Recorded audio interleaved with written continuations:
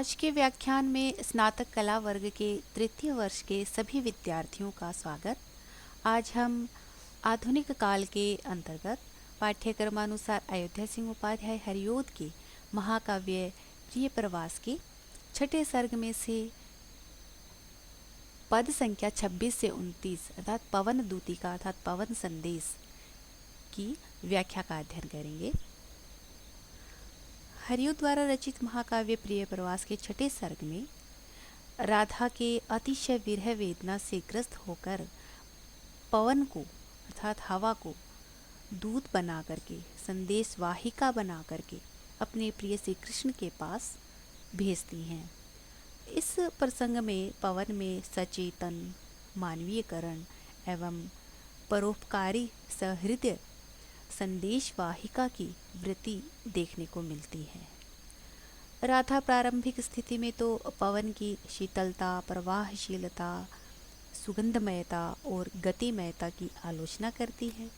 उसे पापिनी, कष्ट देने वाली आदि प्रमाणित कर देती हैं, किंतु फिर जैसे ही उसे अपनी व्यथा का अनुमान होता है वैसे ही वह उसे अपनी बहन बना लेती है। तो बहन का संबंध जोड़ करके पवन को अपना सहृदयगत मर्म समझाती हुई राधा कृष्ण के पास अपना संदेश दे करके पवन दूतिका बना करके अर्थात पवन को संदेश वाहिका बना करके भेजती है। तो पवन दूत या पवन दूतिका जो प्रसंग की जो इसकी बहुत सारी हरिओद जी ने विशेषताएं प्रकट की है। इसमें राधा की आत्मीयता का प्रकाशन हुआ है, उनकी चातुर्य कामना, गुणग्राहकता, वाक चातुर्य एवं कर्तव्य परिचय दिया गया है और इसी के अनुसार लोकहित आदि का संदेश भी प्रेषित किया गया है।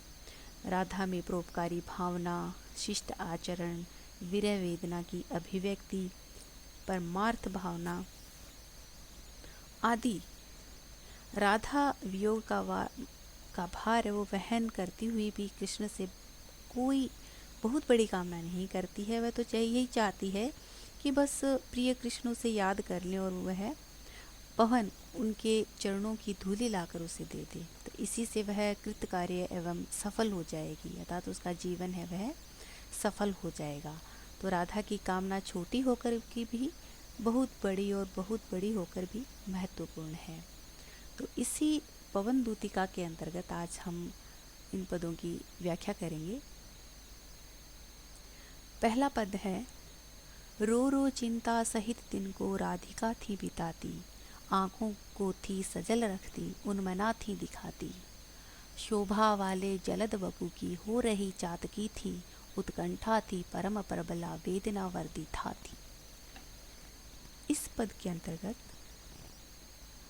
कवि हरिओद जी ने प्रिय प्रवास के छठे सर्ग के अंतर्गत पवन दूतिका प्रसंग के अंतर्गत राधा की विरह वेदना का वर्णन किया गया है और उस विरह को किस तरह से राधा अपने शब्दों के माध्यम से पवन को एक दूत बना करके अर्थात संदेश वाहिका बना करके अपना संदेश श्री कृष्ण तक पहुंचाती है।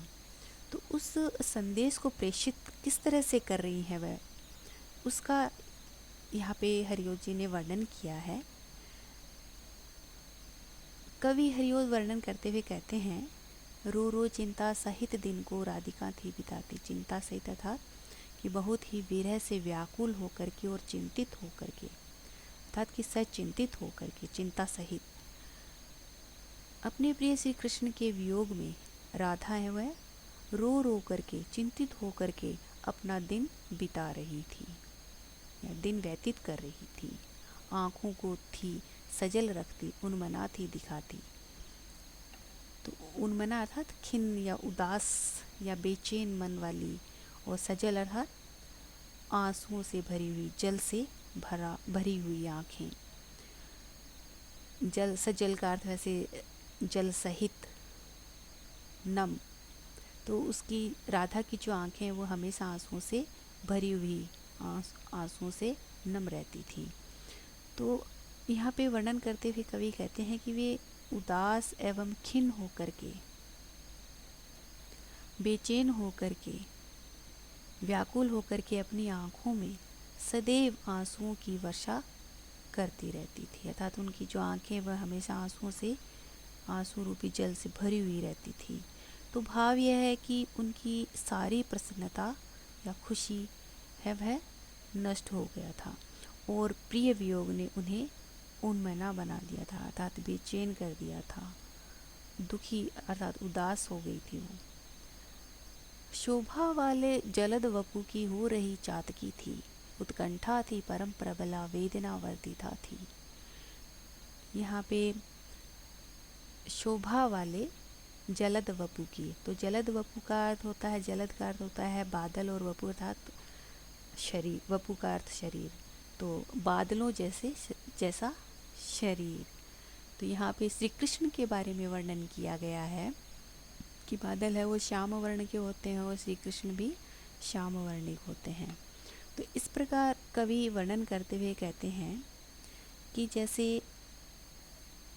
चातकी एक पक्षी होता है कि चातकी वह हमेशा पी पी की रट लगाए रहती है और निरंतर उस शोभा से युक्त जो बादल पुंज होते हैं, बादलों का जो समूह होता है जो श्याम वर्ण के होते हैं, और उन्हीं बादलों से बरसने वाले स्वाति नक्षत्र के जल को पीने के लिए वह लालायित रहती है। अर्थात कि चातकी पक्षी के बारे में कहा जाता है कि वह स्वाति नक्षत्र में जो वर्षा होती है उसी पानी को वह ग्रहण करती है, इसीलिए उसकी तरफ लालायित रहती है हमेशा। तो उसी प्रकार यहाँ पे राधा का वर्णन किया गया है कि राधा अपने प्रिय श्री कृष्ण के लिए उसी चातकी की भांति पी पी के रट लगाए हुए थी और उनके बादलों के समान सांवले श्यामल मनमोहन रूप का दर्शन करने को उत्कंठित हो रही थी। उनकी यह उत्कंठा अत्यंत प्रबल थी और उनकी विरह वेदना बहुत ज़्यादा बढ़ गई थी, अत्यधिक बढ़ गई थी। अर्थात उनकी जो विरह वेदना थी, विरह व्याकुलता थी, वह और भी बढ़ गई थी। तो इस प्रकार इस छंद के अंतर्गत, यह मंदाक्रांता छंद है और इस छंद के अंतर्गत हरिओत जी ने खड़ी बोली भाषा का यहाँ पे सशक्त वर्णन किया है, क्योंकि उनसे पहले कविता वह ब्रज भाषा में लिखी जाती थी, किंतु उन्होंने प्रिय प्रवास नामक महाकाव्य की रचना खड़ी बोली में करके यह दिखा दिया कि खड़ी बोली हिंदी भी काव्य की भाषा बन सकती है। तो इस पवन दूतिका में हम उनकी भाषा को इस सहज देख सकते हैं। तो राधा की यहाँ पे विरह व्यथा का, विरह की दशा का निरूपण करके वियोग श्रृंगार का मार्मिक वर्णन हरिओत जी के द्वारा किया गया है। और इसमें मंदाक्रांता छंद है ही वह बड़ा ही भावानुरूप है। और यहाँ पे जो रो रो शब्द आया है वह वहाँ पर पुनरुक्ति प्रकाश अलंकार का वर्णन हुआ है और राधा को चातकी मान लिया गया है। तो अतः यहाँ पे गम्योत्प्रेक्षा अलंकार का वर्णन हुआ है। गम्योत्प्रेक्षा अलंकार वहाँ होता है जिसमें उत्प्रेक्षा वाचक शब्द नहीं आता है, अर्थात न ही उसकी लेकिन उसकी में उत्प्रेक्षा की जाती है। तो उत्प्रेक्षा अर्थात कि उपमेय में उपमान की प्रतीति होती है और उसमें जनु मनु मानो जानो आदि वाचक शब्द होते हैं। तो इस गम्योत्प्रेक्षा अलंकार के अंतर्गत ये जो वाचक जो शब्द होते हैं उनका वर्णन नहीं होता है। तो इस प्रकार यहाँ पे भी राधा को कि शोभा वाले जलद वपु की हो रही चातकी थी, तो यहाँ पे जनु मनु मानो या ऐसे कोई भी उत्प्रेक्षावाचक शब्द नहीं आया है, तो इसलिए यहाँ पे गम्योत्प्रेक्षा अलंकार का वर्णन हुआ है। अगला पद है बैठी खिन्ना यक दिवस वे गेह में थी अकेली आके आंसू दृग युगल में थे धारा को भिगोते आई धीरे इस सदन में पुष्प सदगंधा को ले प्रातः वाली सुपवन इसी काल वातायनों से। इस छंद के अंतर्गत हरिओत जी द्वारा राधा का जो विरह ग्रसित होकर के पवन को जो संदेश देती है, पवन को दूतिका बनाकर श्री कृष्ण तक अपना संदेश पहुंचाती है, उसका यहाँ पे वर्णन किया गया है कि किस तरह से वह पवन से वह मिलती है। कवि वर्णन करते हुए कहते हैं कि एक दिन कि बैठी खिन्ना यक दिवस वे गेह में थी अकेली। खिन्ना अर्थात उदास मन से, यक का अर्थ है एक दिन, गेह का अर्थ है घर। कि एक दिन वे राधा उदास मन से अपने घर में, अपने भवन में, अपने आवास में अकेले ही बैठी हुई थी। आके आंसू दृग युगल में थे धारा को भिगोते। दृग युगल अर्थात दोनों नेत्रों में, आंखों में। प्रिय प्रिय श्री कृष्ण के बारे में सोच विचार करके, सोच सोच करके दोनों ही आंखों में अनायास अश्रुधारा प्रवाहित हो रही थी, अर्थात कि आंसू बह रहे थे। आई धीरे इस सदन में पुष्प सदगंधा को ले, प्रातः वाली सुपवन इसी काल वातायनों से।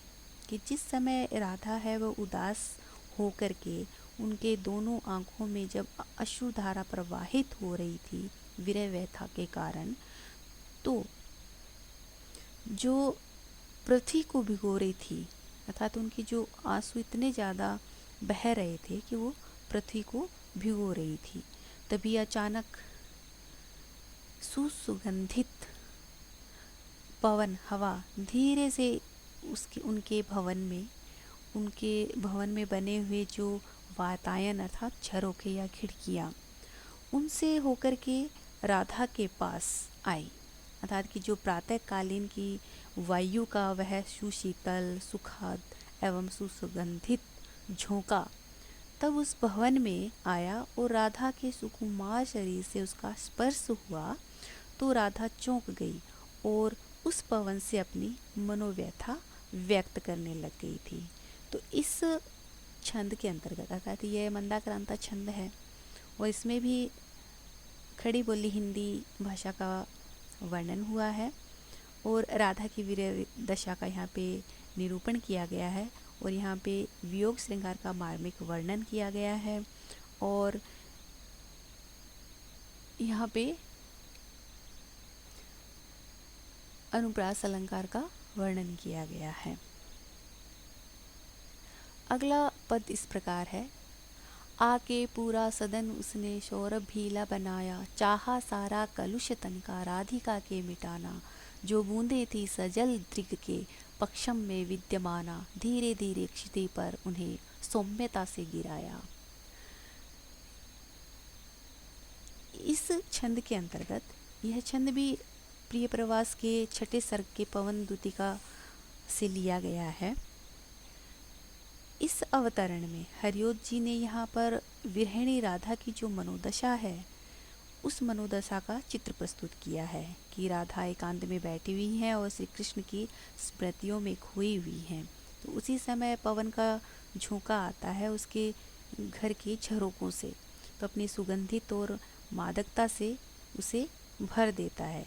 तो राधा की जो वेदना है वह और बढ़ जाती है और वह पवन को शत्रुवत मानती है और उसके प्रति जो भाव व्यक्त करती है वो भाव यहाँ पे व्यक्त किए गए हैं। कवि वर्णन करते हुए कहते हैं कि सौरभ भीला अर्थात सुगंध से युक्त, सुगंधमय। कलुष का अर्थ है पीड़ा या कष्ट और पक्षम का अर्थ होता है बरोनिया। सौम्यता का अर्थ है शिष्टता। इस प्रकार कवि ने वर्णन करते हुए कहा कि आके पूरा सदन उसने सौरभ भीला बनाया, चाहा सारा कलुष तन का राधिका के मिटाना।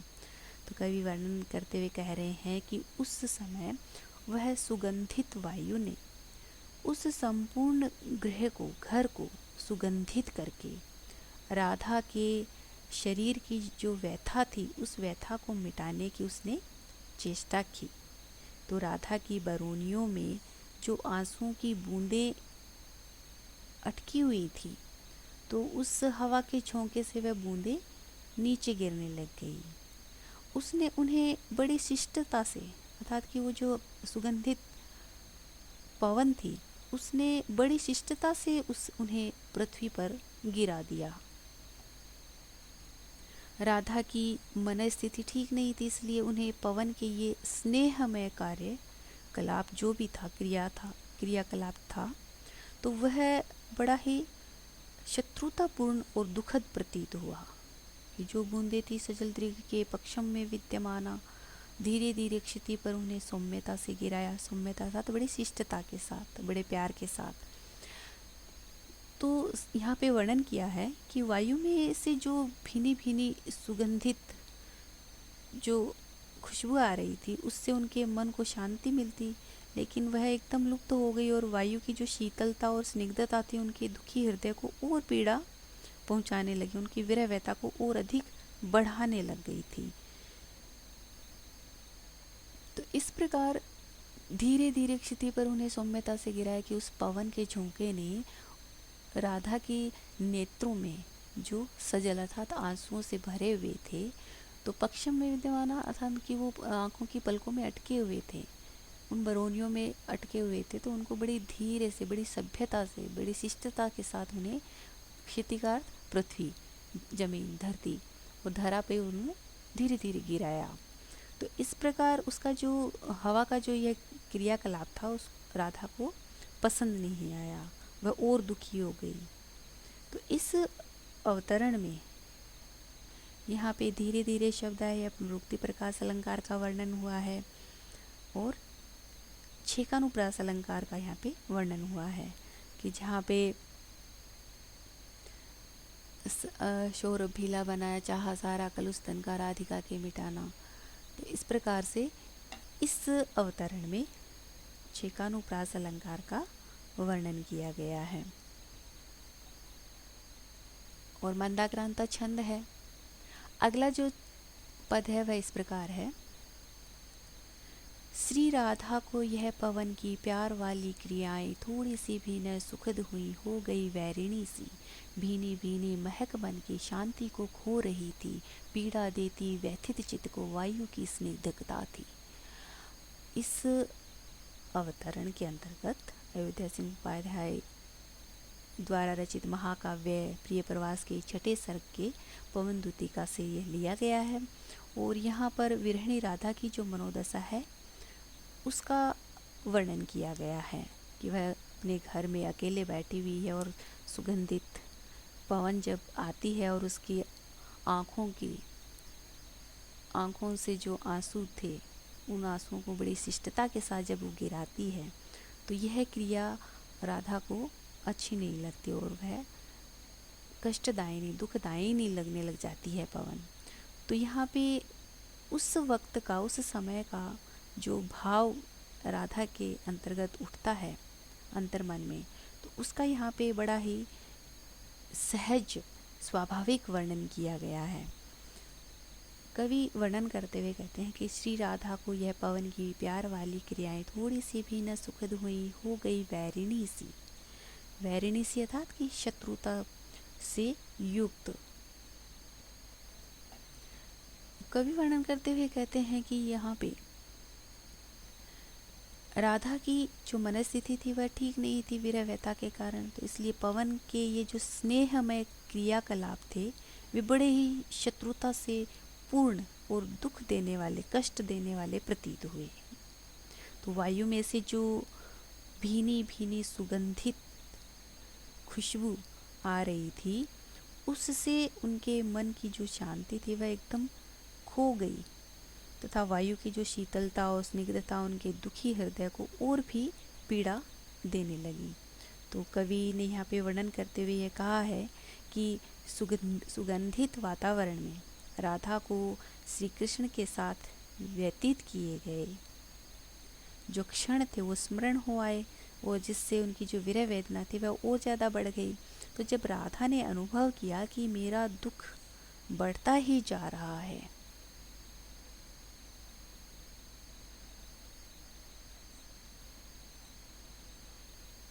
इस प्रकार वह और भी दुखी हो जाती है और वायु को वैरिणी सी अर्थात कि शत्रुतापूर्ण व्यवहार करने वाली सी दिखाई देने लग जाती है। और भीनी भीनी महक मन की शांति को खो रही थी कि वह जो बहुत ही मंद मंद जो महक अर्थात खुशबू है, सुगंध है, वह मन को शांति देती है। लेकिन यहाँ पे विरोधाभास है कि जो शीतल सुगंधित जो पवन है वो धीरे धीरे बहती हुई वो शांति प्रदान करती है, लेकिन यहाँ पे राधा को पीड़ा और उनकी व्यथा को उनके मन में और ज़्यादा बढ़ा देने वाली प्रतीत हो रही है। तो इस अवतरण के अंतर्गत भीनी भीनी शब्द में पुनरुक्ति प्रकाश अलंकार का वर्णन किया गया है और भीनी भीनी पुनरुक्ति भी है और यहाँ पे विप्सा अलंकार का ज़्यादा वर्णन हुआ है। विप्सा शब्द का जो अर्थ होता है वो दोहराना होता है, तो यहाँ पे भीनी भीनी, लेकिन हम जहाँ पे मनोभावों का जहाँ वर्णन किया जाता है और उसी शब्द को यदि बार बार दोहराया जाता है तो वहाँ पे विप्सा अलंकार होता है। मनोभाव अर्थात कि जो आश्चर्य, घृणा, हर्ष, शोक आदि जो भाव होते हैं, उन भावों को यदि व्यक्त करने के लिए किसी शब्द को दोहराते हैं, तो उन शब्दों का यदि प्रयोग करते हैं तो इनका प्रयोग जहाँ होता है वहाँ पर विप्सा अलंकार होता है, जो पुनरुक्ति भी कहलाता है। तो इस अवतरण में उत्प्रेक्षा अलंकार का भी वैरिणी सी जो शब्द आया है, यहाँ पे उत्प्रेक्षा अलंकार का वर्णन हुआ है।